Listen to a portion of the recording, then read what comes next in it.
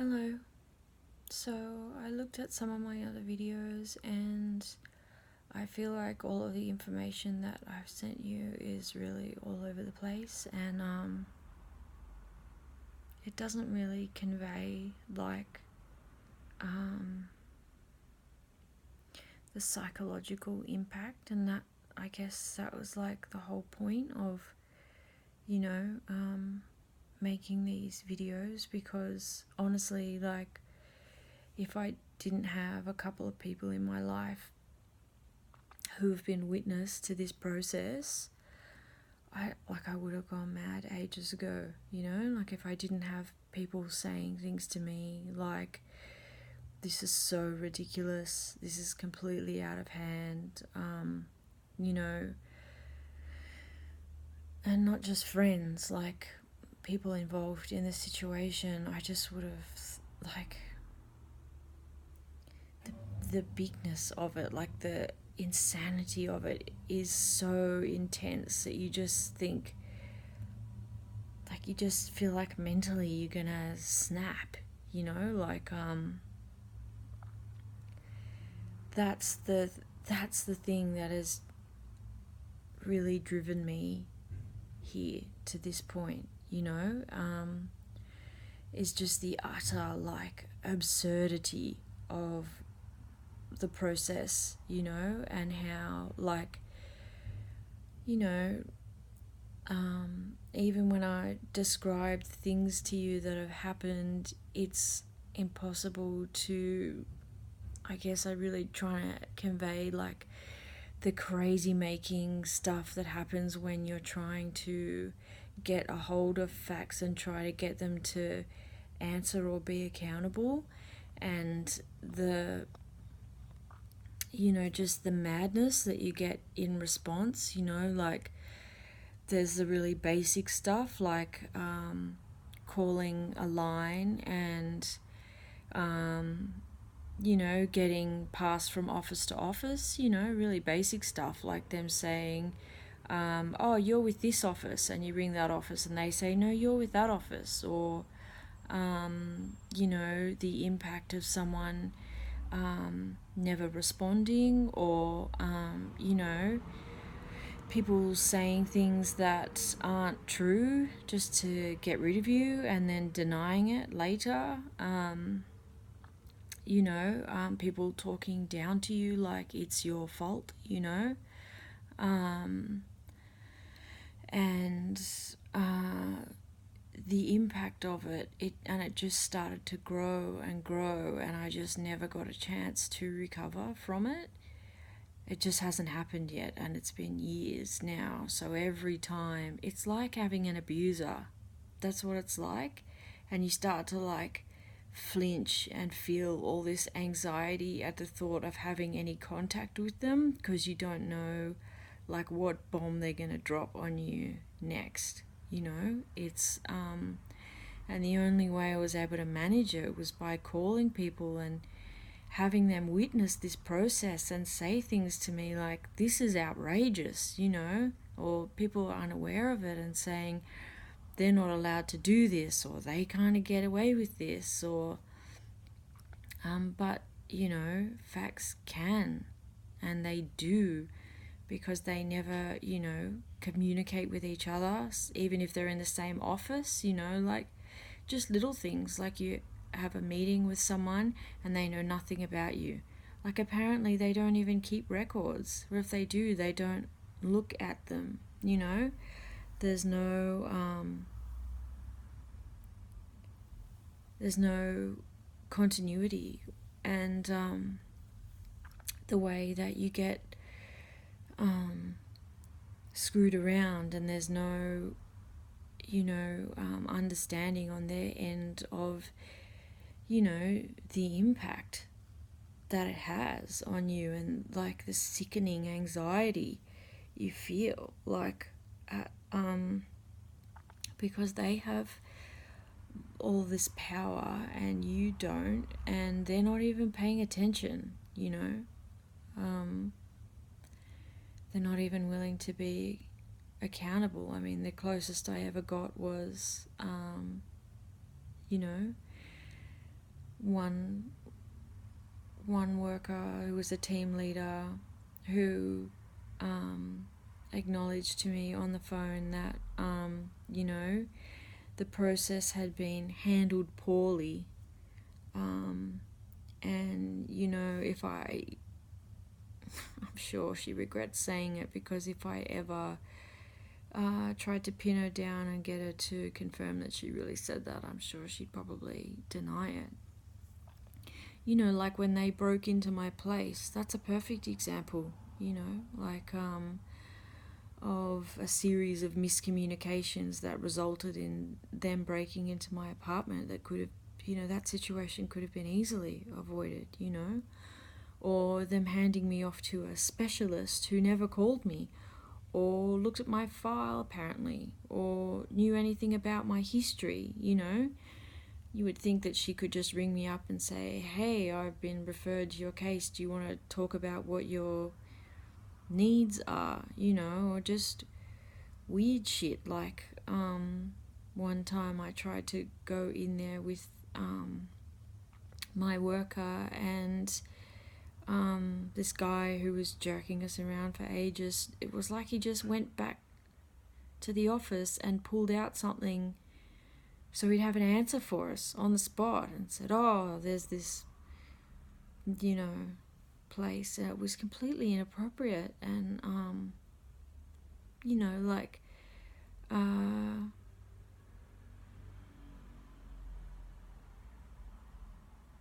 I could go on and on. I'll probably make another video about it because there's so many examples, but my friend and I would have this joke about how facts would always strike on a Friday afternoon, and then you'd be screwed, right? Because they're closed over the weekend. And I can't tell you how many phone calls I made, and no one's ever in on a Monday. Seems to be a lot of days off on Mondays and Fridays, a lot of away all week, away in training. You can't ever get anyone to ring you back, and ridiculous shit like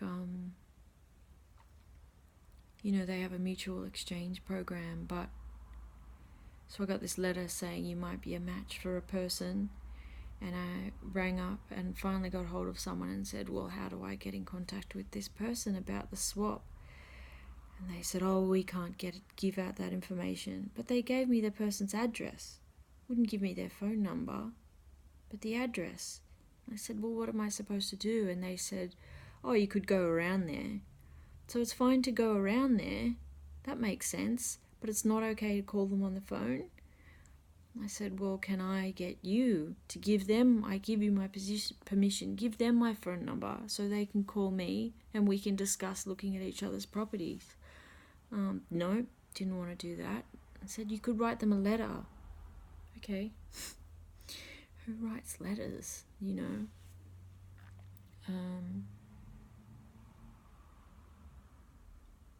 and on the weekend, weekends were particularly bad at Balfour Street because facts aren't open, and you have to understand that that whole street, that block took up the whole street, and it was a kind of Wild West free-for-all. Like, what went on behind the doors was, no one was calling the cops, the only person who was doing that was me, and sometimes they just wouldn't come. I think I kept records. I think I've got some diary entries from times when shit was going down. They just wouldn't turn up,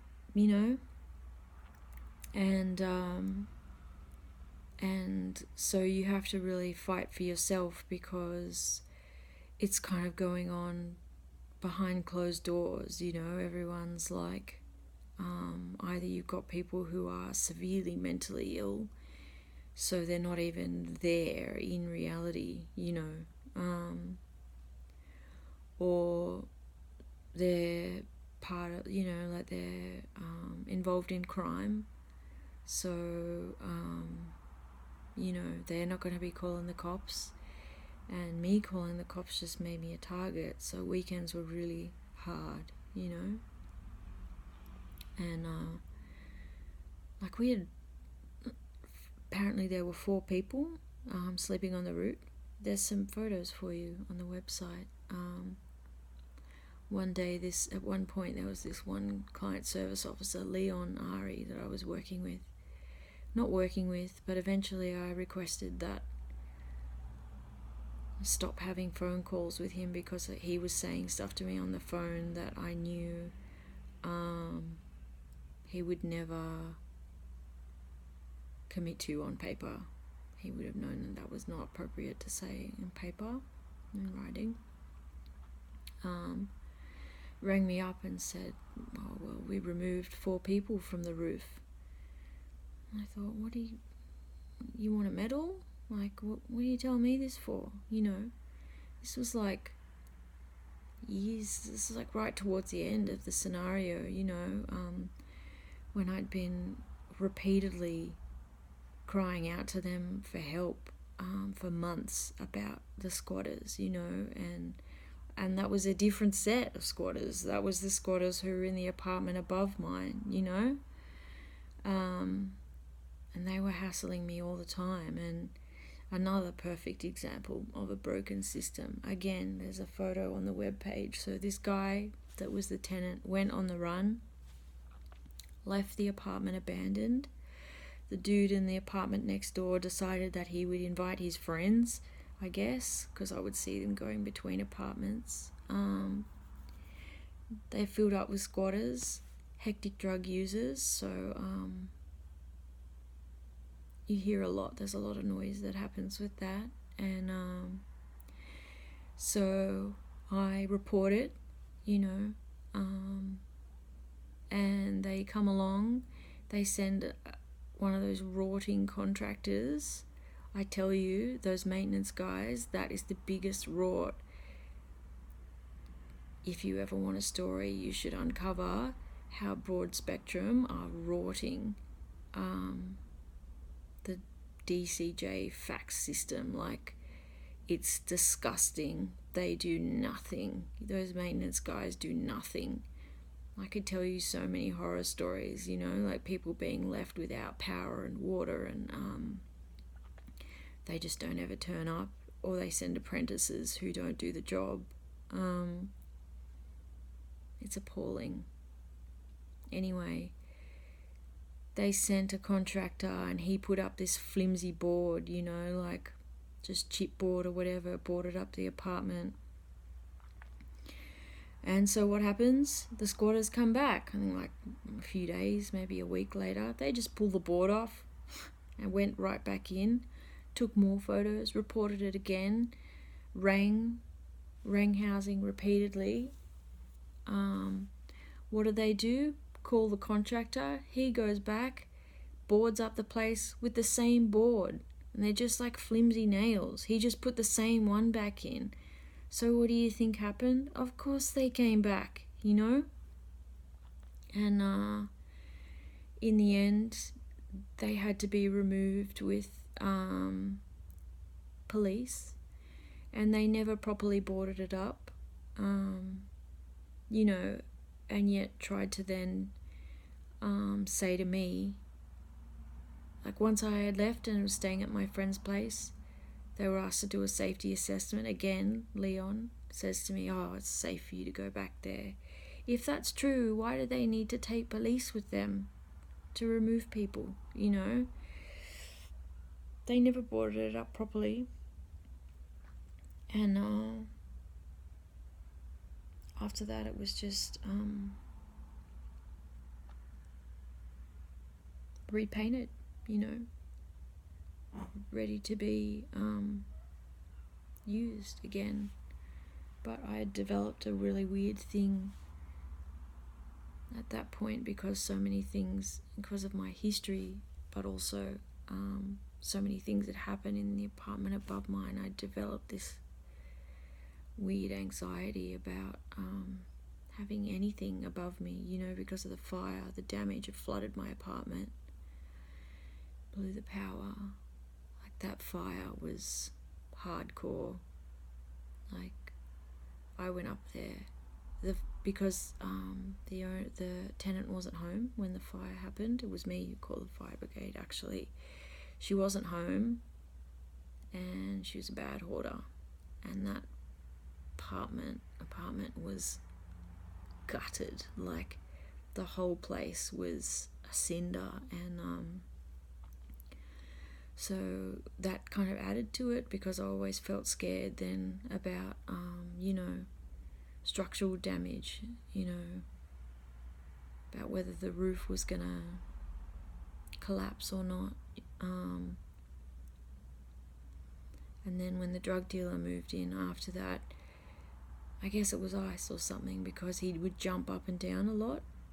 It was like for hours. It was like he would just go back and forth, jumping up and down. And because I guess he'd just come off the street, he brought a lot of people off the street with him, Housing say they have these antisocial behaviour strike policies, but getting them to actually use them was non-existent. This one's gone on for a while. So I guess I'm going to have a look at it and see if I've really kind of tried to convey what I'm talking about. But also I was thinking about getting, maybe some letters from people that have been part of the process, that have been a witness to it, because I started to feel really upset and frustrated that people would say to me things like, well, if this went to a tribunal, it'd be thrown out immediately, or, this is completely unacceptable, or all those sort of things. And I would feel like saying, I know, but saying it to me doesn't help, I know that. It's someone who needs to stand up to them. It's just like been like this constant elephant in the room, of why isn't anybody telling the truth about what's happening here and saying it for what it is? Yeah.